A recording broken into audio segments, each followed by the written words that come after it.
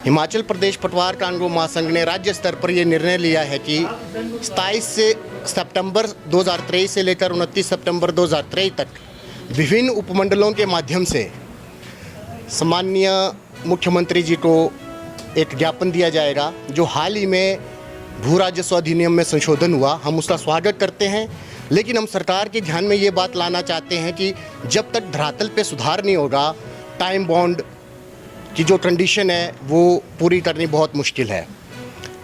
आज के दौर में 45 से 50 प्रकार के काम पटवारी कानून रोज़ाना करता है। तो ऐसी स्थिति में जब जहां पर कानून के लगभग 29 पद रिक्त हैं, ज़िला कुल्लू की बात करें तो सबसे पहले रिक्त पदों को भरा जाए और जितने भी पटवार खानों में पार्ट टाइम वर्कर नियुक्त किए गए हैं, जहां खाली है वो भरे जाएं, ताकि जो फील्ड के वर्क हैं, जो किसी को इतला वगैरह करनी होती है, उसमें समय वेस्ट हो जाता है। तो उनको जो पार्ट टाइम वर्कर है उनको पार्ट टाइम से फुल टाइम किया जाए। दूसरा, पटवार खाने और कानून भवन में कंप्यूटर, प्रिंटर और इंटरनेट की सुविधा दी जाए, ताकि समय रहते पटवारी कानून एक बार जो काम करते हैं उसको स्टोर किया जा सके, उसको प्रिंट किया जा सके, उसको समय आने पर उस डाटा को कलेक्टिव करके उसकी इन्फॉर्मेशन तुरंत तैयार की जाए। रोज़ाना विभिन्न प्रकार की सूचनाएं हमें तैयार करनी पड़ती है बिना संसाधन के।